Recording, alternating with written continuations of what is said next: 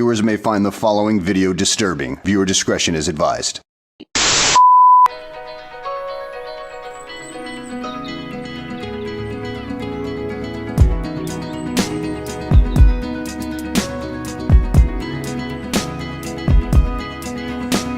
Welcome back to the channel. My name is Omari. If you're new here, hey. As you guys can tell by the title of this video, it can be a little emotional.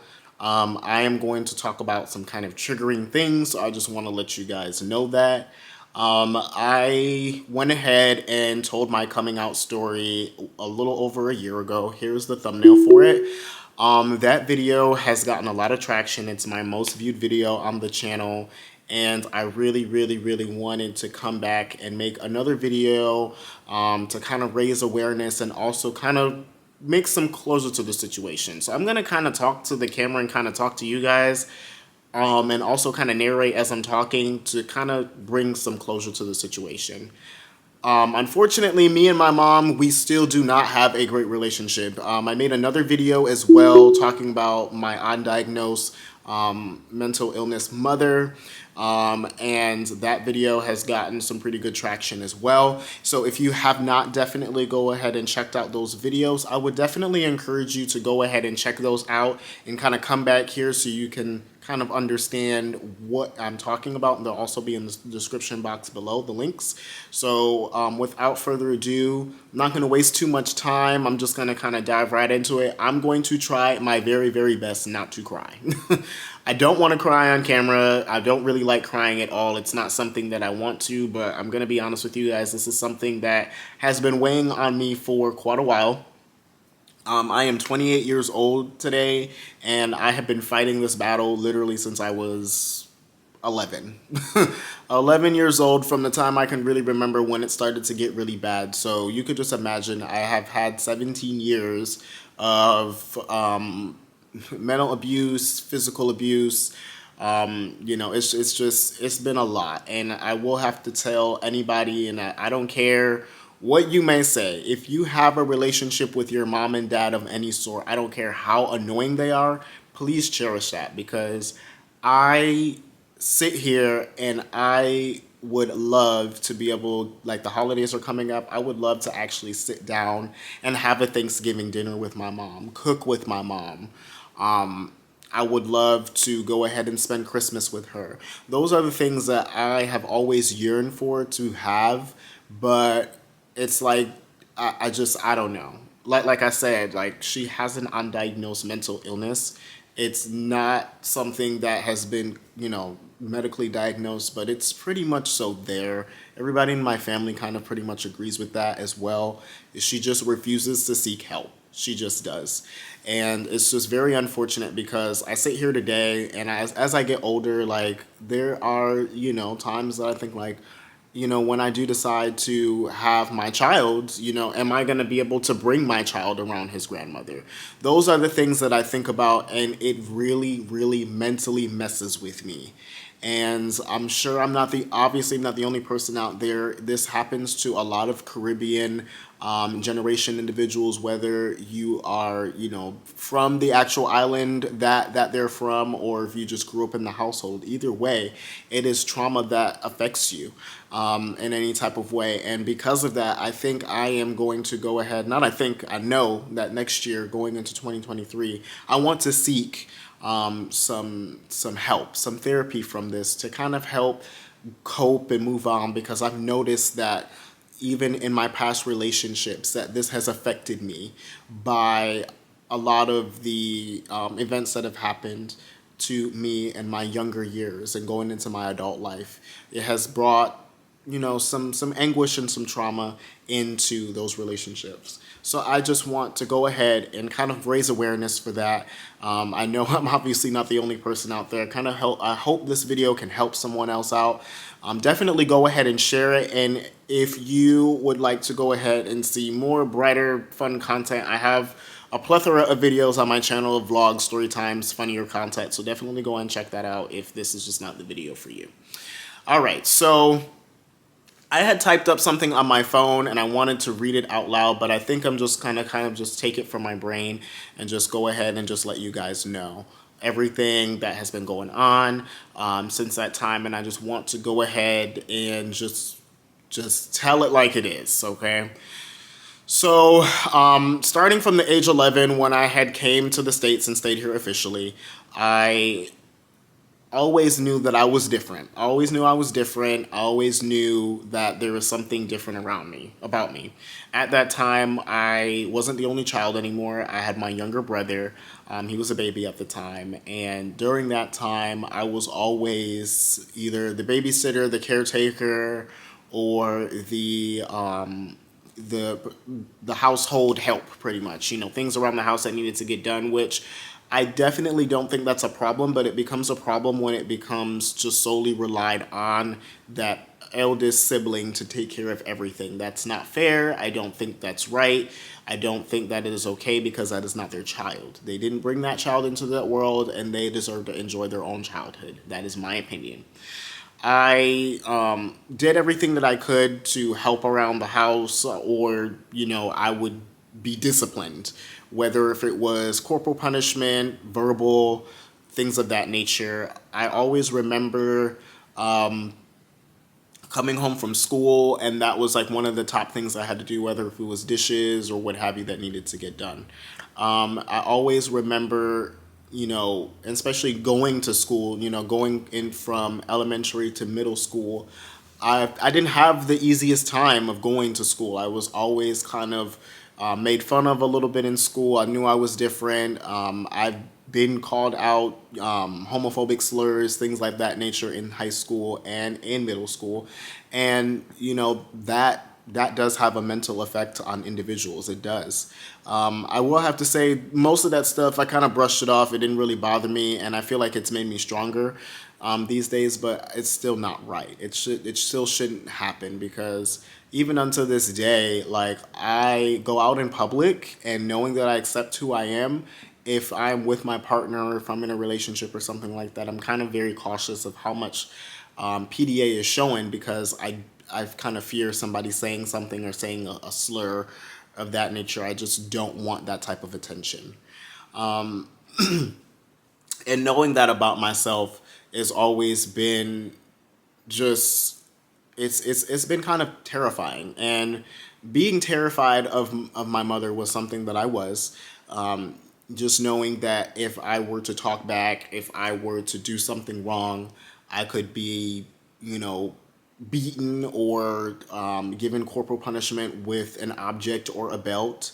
And also just understanding that, that saying, oh, stay in a child's place, but in Jamaica we say stay in a picnic place, things like that. And I always wondered, why we didn't stay around certain people that she would befriend, or even family members. Sometimes we didn't see them for a while. And lately, going into this year, a lot of people have been coming forward and being honest with me. Like, the reason why you didn't see us so much was because, we didn't want to be around your mom. Your mom was always, so rough with you guys or with you. And when I would intervene and try to, kind of ask her not to do that around me, she would go ahead and either cuss them out or tell them about themselves, tell them to mind their business. And then most of the time we would go ahead and kind of pay for it when we would get home. And most of the time it was always me. It was always me. I was told that my mom would use a lot of physical harm on me because I look so much like my father. And I've watched many videos and I've heard this come up a lot before, saying that a lot of people that look like the other parent, vice versa, and there was a lot of trauma during the separation of that relationship, there's a lot of backlash on that. And it's kind of disappointing, because I look at it like, wow, I didn't have any control over that. I'm sorry that I look like that person. And I always wondered, like, does she hate me? Am I really loved? When she would beat me and then kind of feel bad and then kind of come and hold on to me and say, oh, I didn't mean to beat you like that or anything. Was it truthful? And it would happen from time to time, and then it stopped. Just knowing that I literally lived my childhood on eggshells. I was petrified of my mother. I was scared that if I did something she didn't like, I would pay for it. I would. And going into my teenage years, going into my high school years, high school, you want to go out, you want to be with friends. I couldn't do that.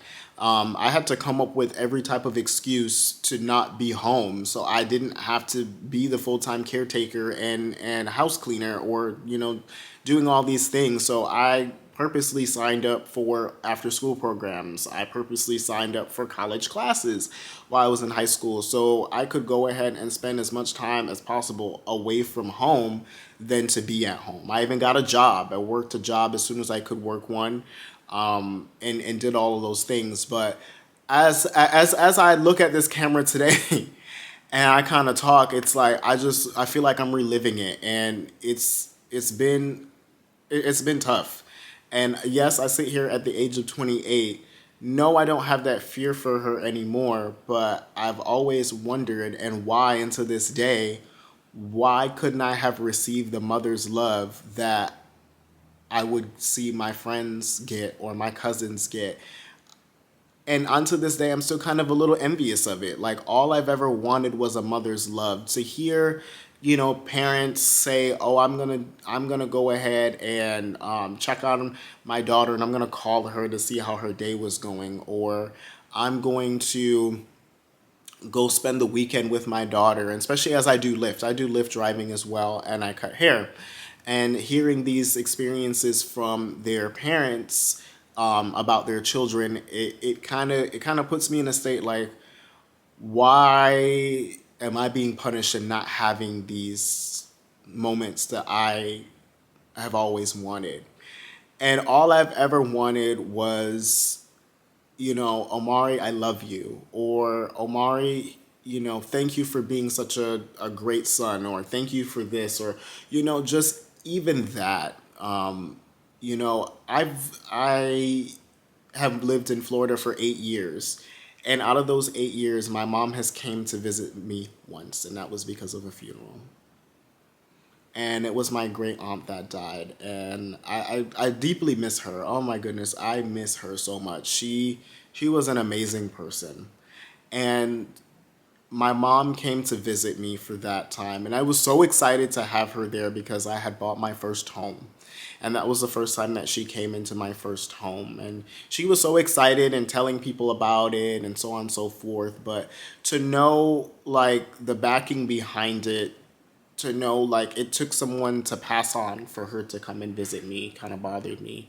And to go out in public and know that I had to kind of be on pins and needles with her, because if I said a certain thing to her, she would probably turn around and embarrass me and cuss me out. And those are the things that I just, it's sad, because it's like I know so many Caribbean people that have background, or they're either from the island, and they, from whatever country they're from, and they can so much relate to this. And it's a toxic environment. It's very toxic. And I just don't understand why, until this day in 2022, this is acceptable. It's not acceptable. It's not acceptable to, as the Bible says, provoke your children to wrath. It's not okay. Just like how we're supposed to honor thy mother and thy father, why aren't the children being respected? And I look at everything that has happened in my life throughout these years in my 20s, being told that you're going to catch AIDS and die, being told that, you're going to suffer because of your sexuality. And these are things that have been told to me by my mom. And I've always wanted to sit down across a table from her and have this conversation with her and ask her, why are you so angry? Why do you feel like it is okay to disrespect me the way how you did? Not only did you embarrass me forever, and slap me across my face multiple times, as I shared in my coming out story, and called me every type of homophobic slur that you can come up underneath the sun, called me a sissy, called me so many different derogatory terms anytime you've gotten upset. But I've been there for you financially. I've been there for you physically whenever you needed something. I have been there over the years and always hoped in the back of my mind.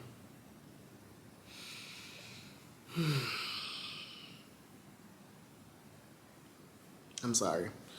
Always hoped in the back of my mind that maybe one day you could overlook the fact that I am different and the fact that I am the way who I am, and at least have enough self-respect for me as your son, and just be able to pick up the phone and have a conversation together that doesn't turn into, oh, I gotta go, because you'd rather go spend time with strangers and go to the club or bar or whatever, or it turns to the worst and turns into an argument and then we don't speak for months. It's always been, you know, I need to go get some type of mental evaluation or something of the sort, and it would just drive me mad, because all I ever wanted was a simple relationship with you. That's all I've ever wanted. And like I said earlier, guys, it doesn't matter how annoying your parent is, cherish that, because I wish that I could get a phone call from my mom and we could sit on the phone and talk for 30 to 45 minutes about things that are going on. You know, there are things that I keep bottled into myself because I don't have really a comfort, or I don't want to bother someone. I feel like I'm always bothering someone because I always knew that if I went up to her, I would either get, Amari, go sit down somewhere, or, you know, just a simple teeth suck as a response, and all I would want was just an answer. Or, you know, then if I would talk to somebody else about it and they would talk to her about it, then I would get pulled aside and say, well, why didn't you come and talk to me about it? I'm your mother and this, that, whatever. And I'm just like, I didn't feel comfortable talking to you about it. And then it would turn into an argument. So it's just, oh my goodness. I say this to say, I have a lot of hurt and pain and anger that is built up inside of me about every situation, but really and truly, all I've ever wanted was just a hug from my mom. I love you. Or, you know, I'm gonna come and spend Christmas with you. I want to come and spend Thanksgiving with you. You know, most of the amazing talents that I have are from her. I know how to cook. I know how to decorate. I know how to, you know, do so many different things. Well, decorating, I don't know where I got that from, but I kind of just got it myself. But cooking is definitely an art that I've gotten from her. I'm sure my love for cutting hair comes from her because she is a great hairstylist. Those are the things that I'm thankful for every day, but it's like I can't even anguish and accept that. And, you know, I look at all the horrible, horrific things that she has done. I mean, my gosh. And please, in the comments, do not put her name there. Do not, you know, I'm not putting this video out to drag her at all. I'm just putting this video out to raise awareness that this does really mentally mess with you. You know, I'm 28 years old. I'm almost going to touch 30. And yes, I'm going to keep saying I'm 28, I'm 28, I'm 20. Yes, I'm not getting any younger. And she is 50. You know, I really, really hope, you know, as I wrote at the end of that note, let me go ahead and read I'll at least read some of it. All right, so I'm going to go ahead and talk about pretty much why I left. So I packed up and moved to Florida in 2014. So I had enough, and I packed up May of 2014 and came to Florida, and only wishes and only wished and you only wished the worst for me, and told me you're nothing but a slur, and you'll catch AIDS and die. All that ever did was motivate me to work as hard as possible and make it. I count the amount of times I've cried over these moments when all I ever yearned for was your support and love when we spoke. And I'd say an accomplishment and you'd shoot it down and say you should have done this. But I still had high hopes for a future between us. As of October 2020, when you sided with someone you don't even know, and you told everyone that my house would go into foreclosure that I worked so hard for and got at the age of 23. That's when I drew the line and accepted that we will never have a relationship together in a positive light. All and all have and have a mother's love. I've always wanted a grateful a grateful family and friends to be in my corner. So basically, I was typing this so fast. There's so many like grammatical errors and stuff like that in it. But all I've ever wanted was a mother's love. I've only just wanted my mom's love. It's not like my mother's a millionaire and I wanted her inheritance. It's not that there's some type of ulterior motive behind this. All I've ever wanted, guys, as I sit here on this camera and I'm holding back every tear right now, all I ever wanted was a mother's love. I never wanted anything else. All I ever wanted was to be loved by my mother. That's all I've ever wanted. I knew that my ass was gay. I knew I was gay, and that's okay. That is okay. And all I ever heard was, "Oh, you're too handsome for that," or "What a waste," or whatever nonsense she would say. But at the same time, I'm just a regular guy. I'm just a regular guy, and I could care less. You went ahead and birthed me. I don't understand. I'm not a woman, but I couldn't imagine birthing a child or bringing a child into this world and cutting them off permanently because they're unique and different. How could you do that? I don't get it. How can you do that? Please, like, I don't understand how you do that. How? I don't get it. But anyways, yeah. So I'm grateful for friends and family that I have in my corner to help fill the gaps of what I don't have from you. All I ask that in your 50s you find peace within yourself and get the mental support that you need, and love in your golden years in peace. Maybe one day before it's too late, I'll always before it's too late, I'll always love you, but from afar, for the sake of my sanity, peace, and energy. I can't keep placing myself in a negative, low vibrational state. It's very unhealthy. Love you always, and please get the help that you need before it's too late. Love, your son, Omari. So, guys, I have appreciated my journey on this channel, sharing everything. I've never, number one, thought the day when I started my YouTube channel I would ever get this personal on YouTube, but I really feel like that when I made my coming out story and I had so many guys reaching out to me, and I'm still going to say this again, please do not ask me for help of how to come out. I'm not great with that. All I'm just going to say is be safe and have a plan. That's all I'm going to say for that. But I want to say this. Please, please, please take a moment. Please take a moment. Look at life. Look at everything that is going on around you. Okay? We're at all-time high for inflation. People are dying left and right. We live in a world where we have a number over our head and we don't know what it is. So please, if you can mend a relationship with your parent or close friend or family member, whatever it is, forget about it. And try your best to make amends with that, because life is incredibly too short. I have tried and tried and tried and tried and tried with this woman, and it's not getting anywhere. And all it has done is hurt me inside. So I've decided that I will do everything that I can when needed. That is it.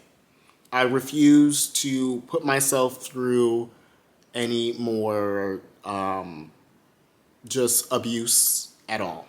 from her. I just don't want to deal with it anymore. I am too damn grown now. Too damn grown to go through it. But if your mom likes to call you 10 times a day, and you've seen this video, just remember that there are people like myself that would literally dive underneath a bridge for it, okay? I would literally dive underneath a bridge for it. And a lot of people are like, well, you'll find it, you know, within a life partner, blah, blah, blah. Listen, a life partner is one thing, but a mother's love is something that nobody can ever replace. And I know that wholeheartedly. Wholeheartedly. So, to all the women in my life, I want to thank you so much. You guys know who you are. And I know that some of you guys watch my content, so I absolutely love you guys. Thank you so much for all of your support and help, especially from the family, outside members as well. I definitely appreciate everything that you guys have done. I'm so happy I did not cry. I did not want to cry through this video at all. But I just have to say this. Please, if you've made it this far, go ahead and give me a heart emoji in the comments. Please go ahead and do that. I definitely appreciate that. I'm barely going to edit this video, so you guys are getting the full raw thing of this video. So definitely, if you made it to the end, please go ahead and share this with someone that you know that can help. I know that this isn't just a Caribbean family thing. I know that, you know, in some Black American households, it's a thing in other countries as well. So if you know this video can help somebody out, please definitely go ahead and share it. Most of the time I have happy-go-lucky content. If you've made it to the end of this video and you like me, you like my face, definitely go ahead and consider to hit the subscribe button. I really, really appreciate it. And I will catch you guys in the next video. All right. Peace.